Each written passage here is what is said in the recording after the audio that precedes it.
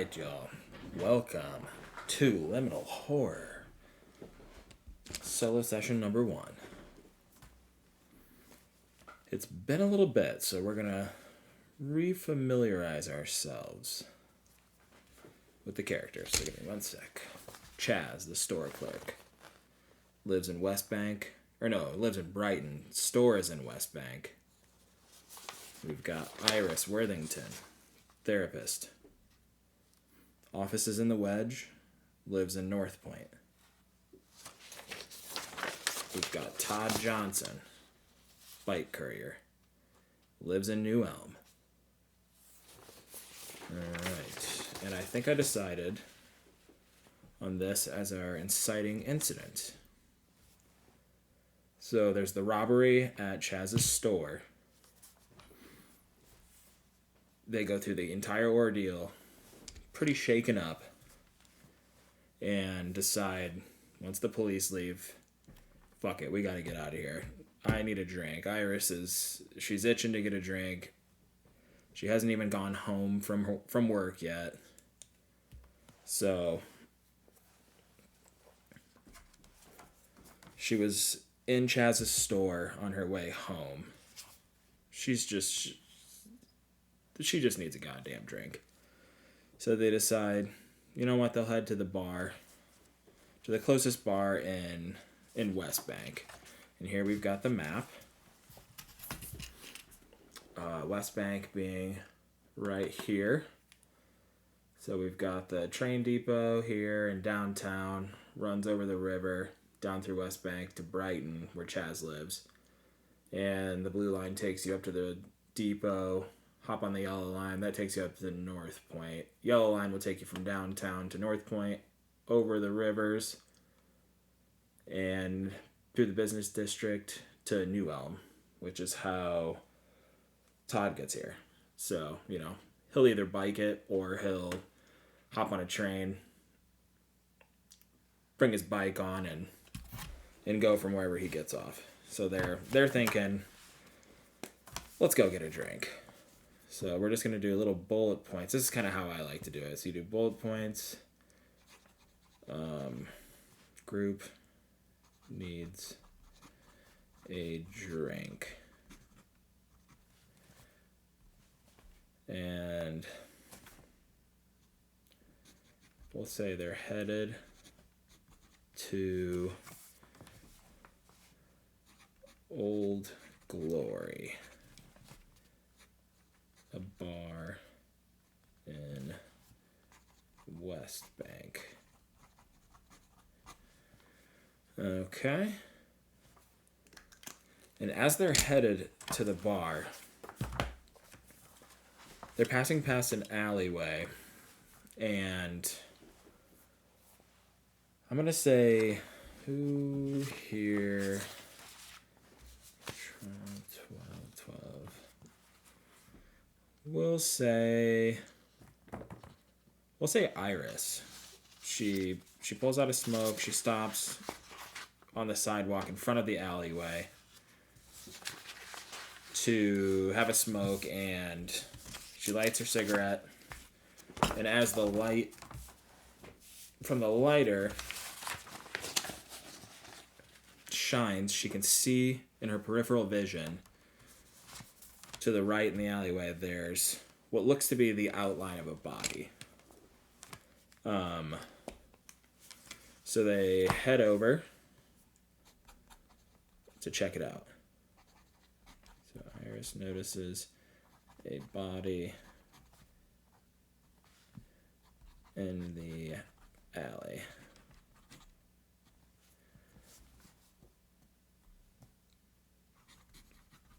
She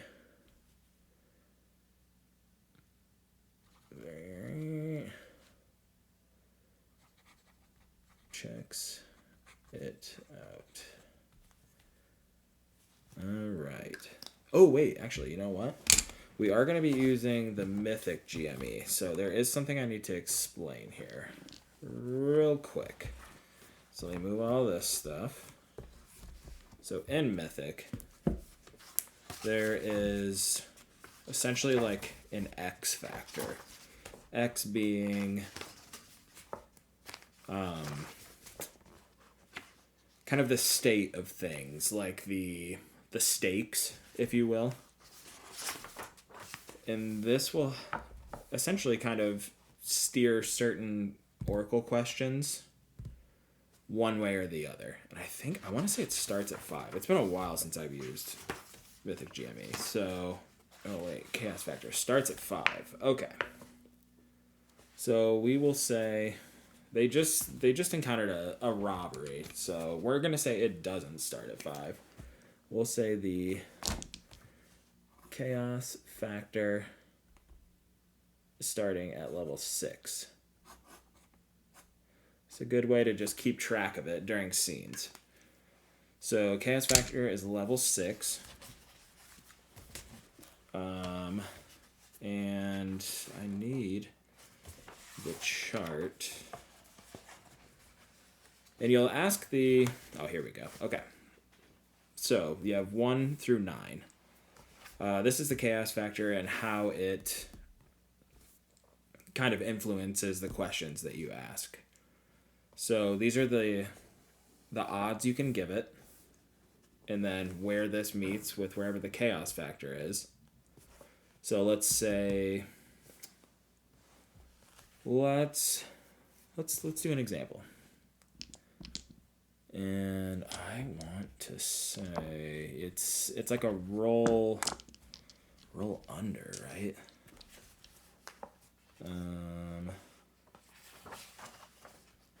Likely. Before I go and claim this, I need to make sure. Chosen RPG. I need just like one example. So I want to say if it's 50-50, like usually you want to ask Oracle questions in a way where the answer will be a positive to your players or your characters. So let's see. We could say, is Old Glory open with a Chaos Factor of level 6? When they check on their phones, is it open? Obviously, it is open because we're sending them there. And that's like the inciting incident, but we're using this as an example. So we'll give it, it's what, like 8 p.m. on a... Yeah, you know what? Actually, in Liminal Horror, might not be a bad idea to keep track of the time.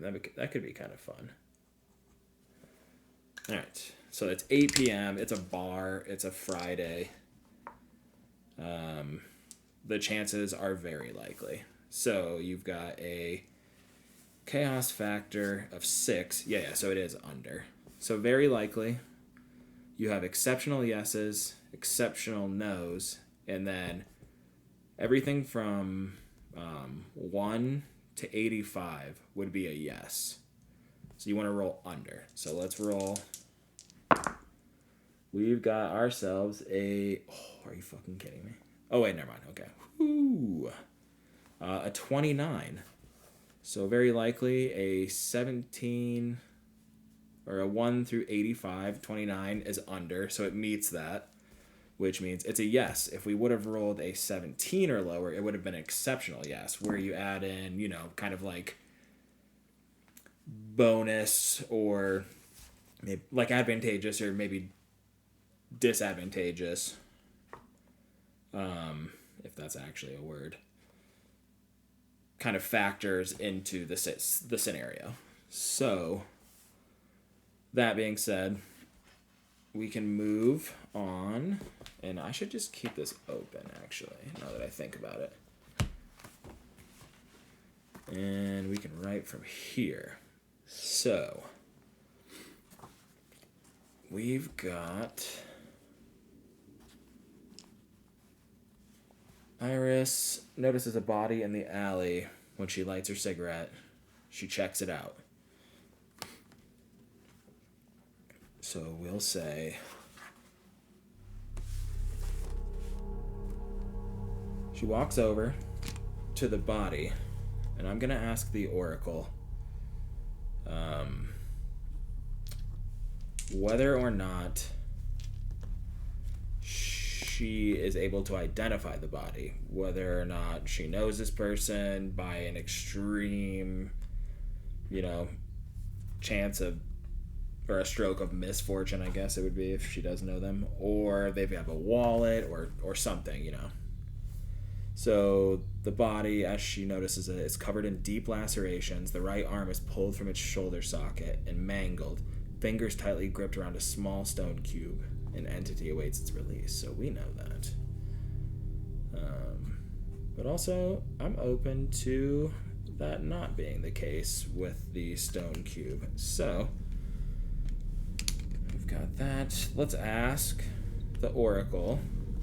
So this is kind of how I do this. Indentation. Can she identify the individual? And then we'll give it odds, and we'll say 50-50. It's a city. I leave home without my wallet more often than I should. So we'll do 50-50. And the chaos factor is a 6. So let's roll on the Oracle. We've got ourselves a 90. I'm gonna guess that is okay. So it's not an exceptional no, but it is pretty damn close. So no, we rolled a 90.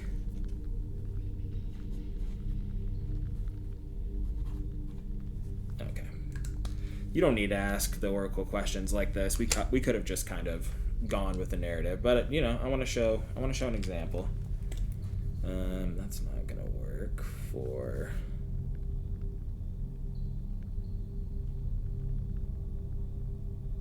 We'll do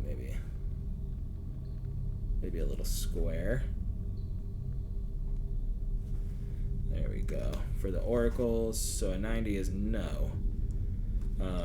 So they don't know who the body is or who the victim is, but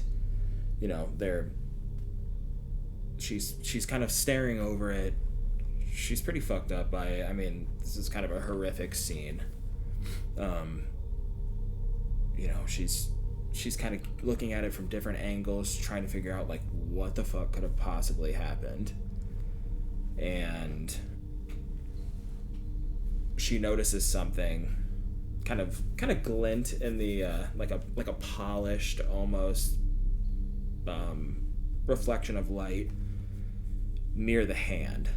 So she reaches down, she pulls over a piece of cardboard that's kind of lying in the alley, and she sort of wedges the corner of this cardboard into the fingers to remove what ends up being a stone cube. So she's staring at it. Todd's behind her, kind of like, I thought you wanted a drink. What are you doing? We gotta call the fucking cops. This is insane. We shouldn't be here right now. Chaz is trying to calm him down, this isn't our fault. They were here. You saw it. They were here. We didn't do anything. We should just call the police. And Iris, kind of transfixed by the stone cube. There's something about it. There's something about it that she doesn't quite understand. It looks to be solid. There's no cracks or crevices. But it has a sort of like a warmth to it.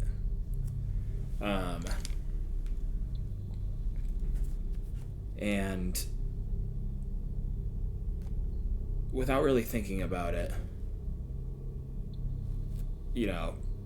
she turns around. We've talked to the cops enough tonight. This is fucking insane. Let's just get out of here. It's a city. Who the fuck knows who did this? I can't do this. I can't fucking deal with this. I just need a fucking drink. We remember where it's at. I'll call from the bar. This is insane. We just got to get the fuck out of here. So they kind of head out. You know, she's sort of got the hot saliva, just like she could puke at any minute. She's fucking holding it in. So they sort of speed up, chattering the whole way there, like, what the fuck? You know, looking at each other, making sure there's no blood on anyone. Well, I guess it would only be Iris. She's scanning herself, you know, looking at her shirt, trying to figure out if she has any blood on her. All the while, the weight of this stone cube, you know, she can feel it in her pocket. Alright, so we'll say Iris, pockets, a smooth stone cube. Faint warmth emits from its surface.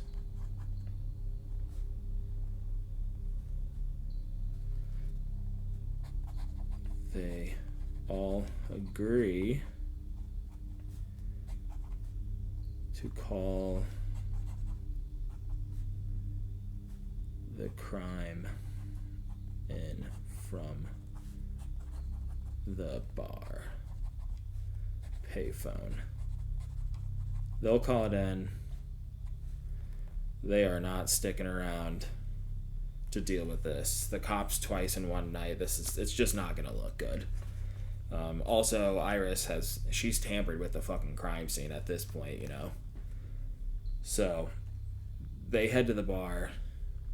They sit down at the rail, try to keep it cool, you know, just try to remain calm. We'll say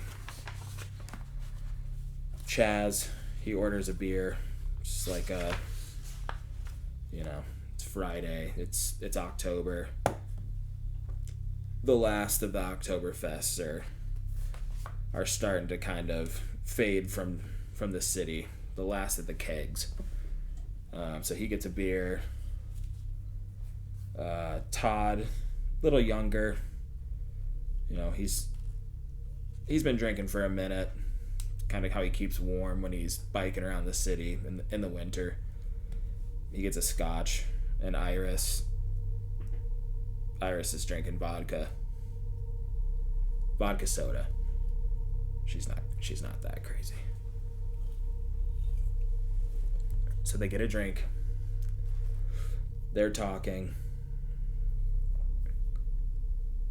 And, you know, they kind of elect, to Todd's dismay, Todd to make the call on the payphone. Keep it anonymous. Keep it short. You tell them exactly what you saw or what we saw, and then you hang up. We slam our drinks and we get the fuck out of here. So Todd calls the police. They slam their drinks, they throw some cash down on the bar, and they go outside and plan their next move. Where Iris decides she's got to tell him about this cube. It's getting warmer the longer she hangs on to it. Like, she can feel it through her pant pocket at this point.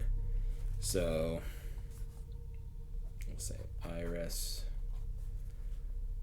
shows the others the cube. And then we're going to ask the Oracle maybe a couple questions about this cube. So let's keep this here. Actually, not the Oracle. We're going to roll for some descriptors on the meaning tables. So we're going to hit the back here. Descriptor. Let's roll on some descriptors.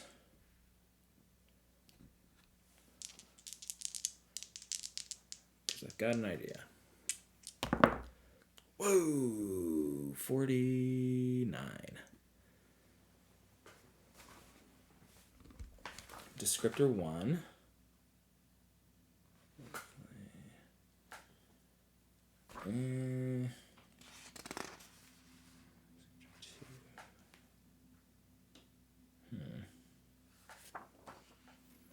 Is this what we want to use? Descriptors? Because the first one I rolled was helpfully, which I feel like is kind of crazy. Let's just roll again. And this is the cool part, is, you know, it's your story, so you can go however you want here. Fearfully festive. Okay. So meaning table descriptor 1.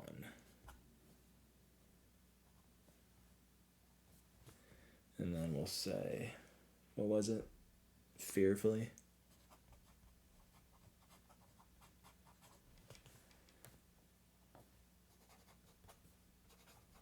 Meaning table descriptor 2. Let's roll one more time. Or until we get something cool, something that'll benefit the story. Ooh, what the hell? A 10. Clean.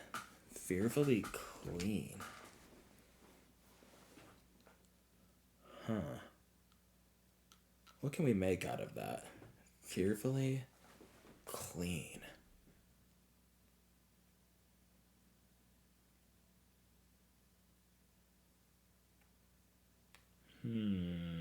Let's roll one more time. We'll keep clean in the back of our head. We got a 45. Historical.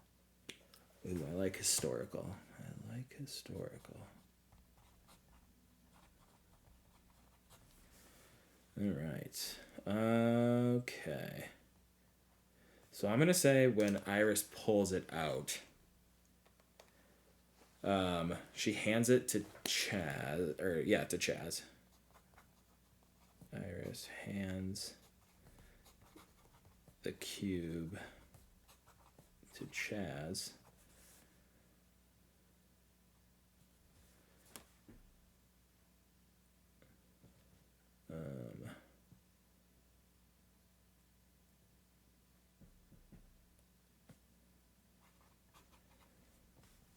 Who sees visions. Ooh, okay. So how do we?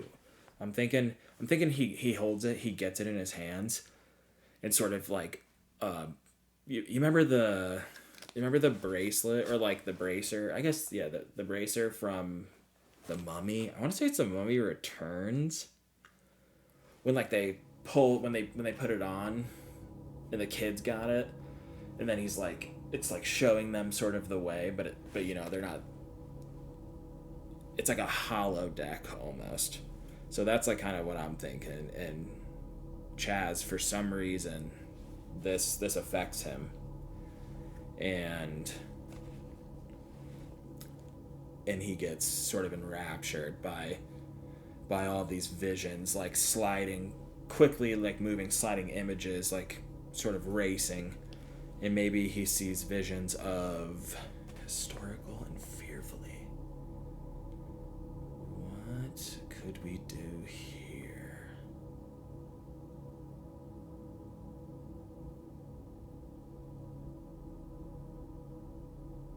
Oh, okay. Sees visions of a dark basement of a house or apartment.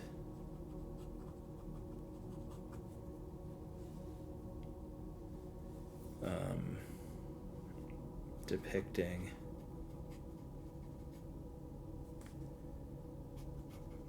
three young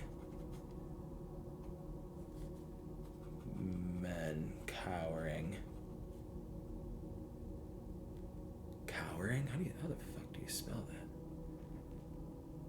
C-O-W-A? Yeah. In fear.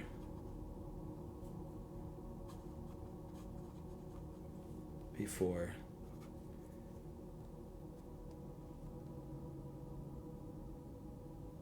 a black silhouette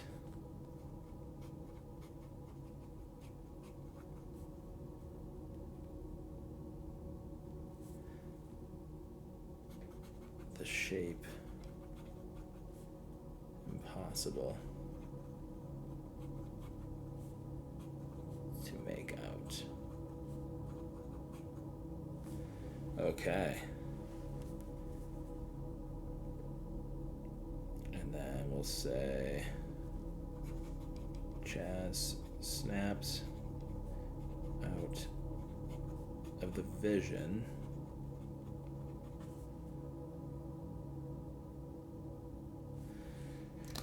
should we I want to see really quickly here what exactly control, willpower, charm, and weird used for social interactions, dealing with strange artifacts or processing the strain of seeing horrors. Okay, so we're gonna make Chaz. Let's see here. We're gonna make Chaz make a control save. And so Chaz has a 12 for control, so we need a 12 or lower. Let's make a note of this.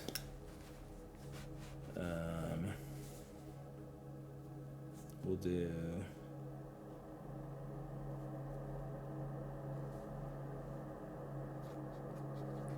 control save against 12.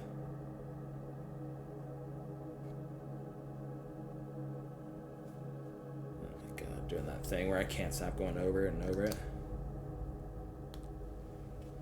Okay, Chaz. Oh, it's literally cocked, is it? Ooh, it's a 9. Shit. Okay. So he rolled a 9. Now we do some stress damage, which is a D4. Or wait. Should we do a D4 or should we do a D6? Because if we roll a 6, it could reduce him all the way to 0. Wouldn't do any controlled damage, but there is a rule for Fallout, which I think is like a scars table for, as a result of encountering the weird, strange, and horrific. Stress causes investigators to become more weird. Alright, fuck it, we'll do a D4. We're not gonna fuck this dude up yet. But he could get a 4, which is a lot of stress. So, after all that nonsense, we're not gonna do a D6. It's the beginning of the damn solo. So let's just do a D4. He takes 1 point. He's at 5 HP. Okay. So he rolled a 9. 1d4. A 1. So then the HP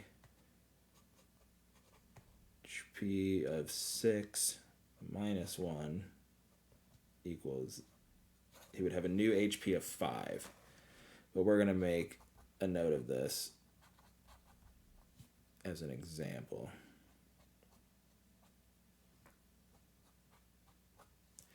There we go. So we're not going to adjust this, but that's kind of how how stress would go. Now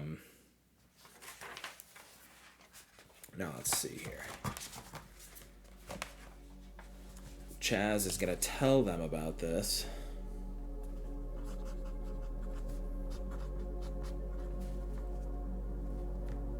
Chaz tells Iris, we'll just say the others.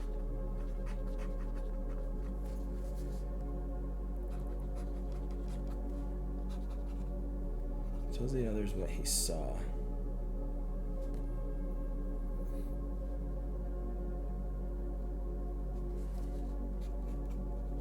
Iris refuses to take the cube back, and then we'll say police sirens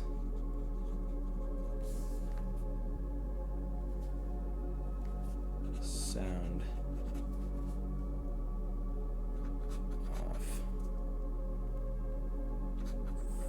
from a few streets away.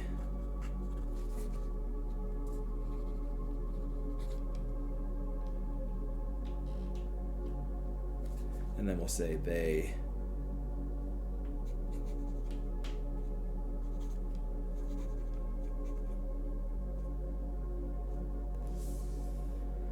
duck into a bodega.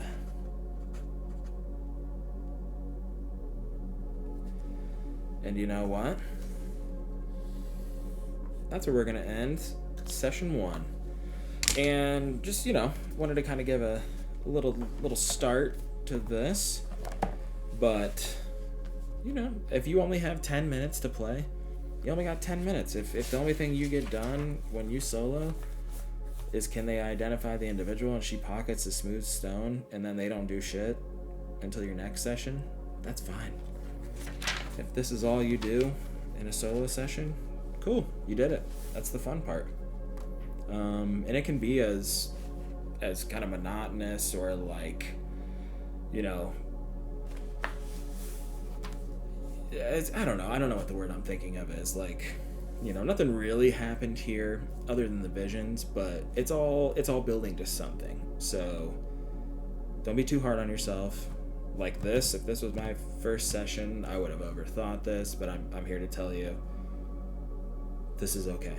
This is normal. Not everything, it doesn't have to be a banger every damn time. So go easy on yourself. Just let things flow. And we'll be back next time to see what the gang gets into, what their next course of action is. So I appreciate y'all. Thanks for watching. Take it easy, guys.